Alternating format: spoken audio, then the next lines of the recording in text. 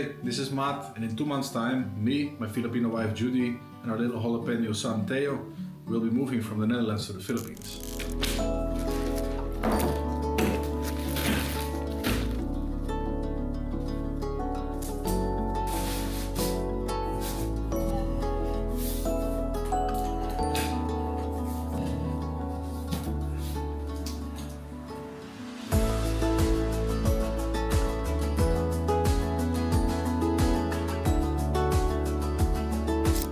As you might have seen in the earlier videos that I posted already over 5 to 6 months ago, this is our plan for quite some time. I think we are working towards this point for a year and a half by now. The house that you're seeing is sold. The house in the Philippines has been contracted a couple of weeks ago. The first boxes have been sent and left the port of Rotterdam 2 days ago.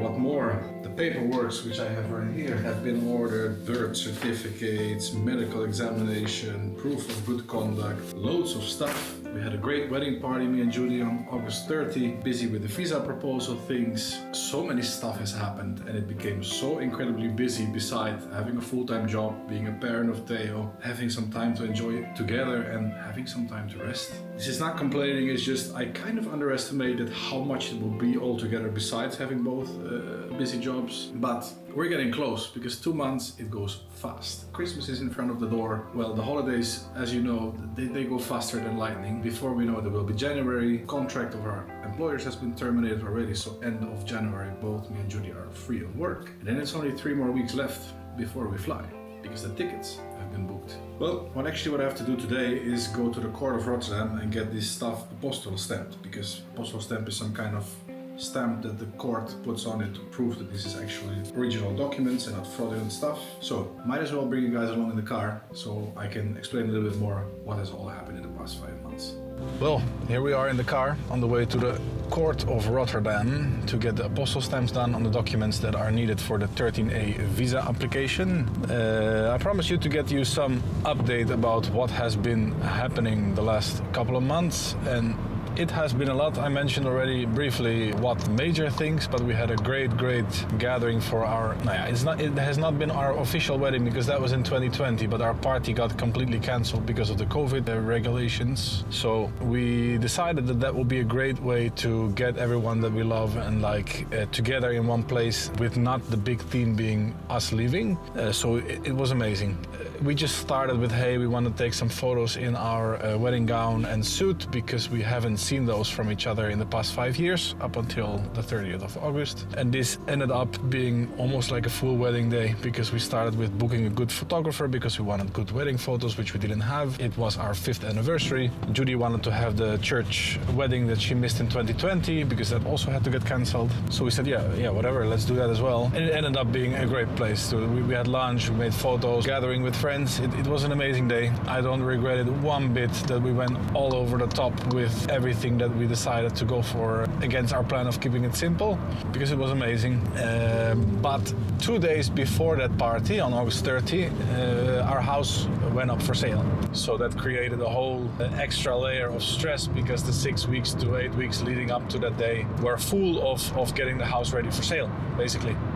Because any homeowner knows that over the course of time, there's all these little things that you have to maintain, and we did maintain our property properly, but there's always little things to do, and when you sell your place, you just want it to be immaculate and have as little resistance for potential buyers as possible. So that took a lot of time. That was basically starting after the last video I posted in, I believe, June. So that was a crazy time. We had a great party, our wedding party on Saturday, and the Thursday before the house went up for sale. The viewings were the following 2-3 weeks after that, ending up with a good buyer and then a whole contracting term and them fixing their financing. All of that stuff, it was busy. And this is mainly things about wrapping up in the Netherlands, so to say, selling our place. Saying our goodbyes sounds a bit sad, and maybe it is partially, but we have also been very busy with fixing things towards the Philippines, because 2.5 weeks ago The first boxes with our stuff actually got picked up to be put on a boat towards the Philippines. That boat had actually left the Rotterdam harbor 2 days ago, because we really had to send stuff in the December sending, because everything we send now will actually arrive already 3 weeks after that we arrive in February. So the most important things we already had to send out. But we were very busy until literally the Friday before the Sunday contracting the apartment that we're gonna move towards, because up until that moment we didn't have anything contracted yet, because we are negotiating with multiple houses and apartments from halfway across the world. So it's really difficult to make a good estimation. Where do you want to live? You don't have the opportunity to drive through the neighborhood and get a feeling for where the house you see on the photos and videos is located at. I didn't underestimate. I expected it to be difficult, but it felt almost near impossible to make a good decision. So we went for a safe bet, high and dry apartment on the 9th floor, which is not such a safe bet if you consider the recent earthquakes, but still, high and dry. That's worth something. We contracted that. 2 days after that, the bulk buying boxes got picked up, which is now so 2.5 weeks back. And I've been very busy speaking to the network there, but also to a Filipino accountant and business consultant to get our plan started on the business we want to start. But also there's a big new thing that I've been working on in the last couple of months, which is starting a foundation beside the business, which will be, I believe, something great towards the Philippines. Because one, it has never existed yet there.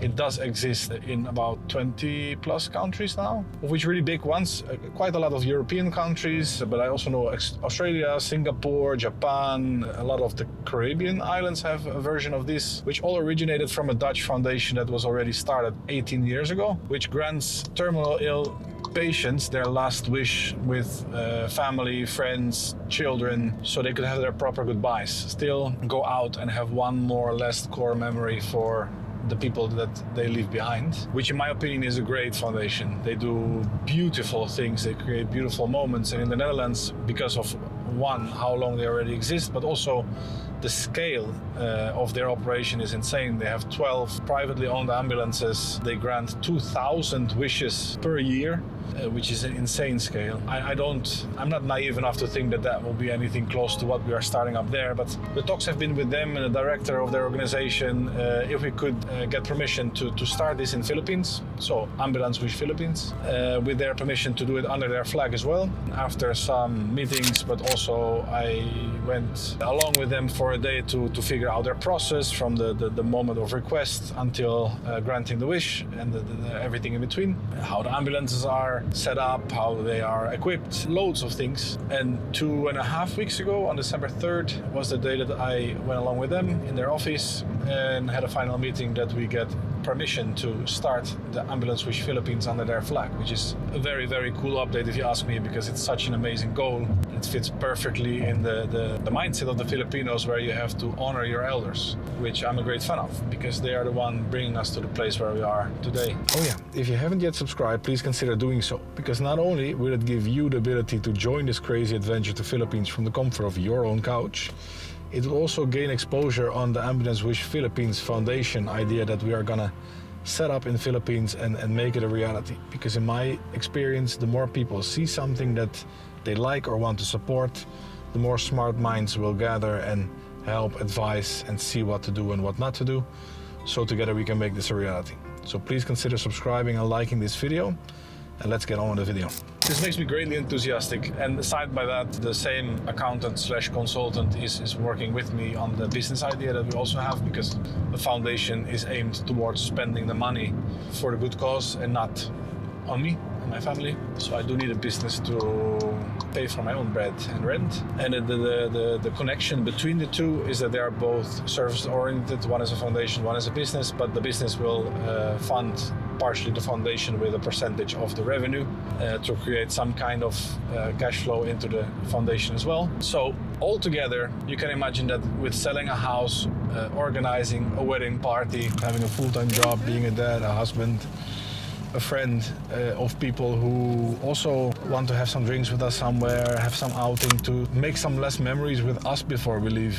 It's a lot of balls to jiggle, but many of them make me very enthusiastic and excited to go there and actually start this adventure, because the last year and a half up until today has been mainly planning, figuring things out, preparing. And now we are actually executing the plan, and that's very exciting, and it makes me more exciting every day, to be honest. Well, more to come in next videos. I will bring you along to the court, which we will arrive in 3 minutes. Yeah, get the stuff stamped, get the application in, get the visa rolling, and see you in the next video.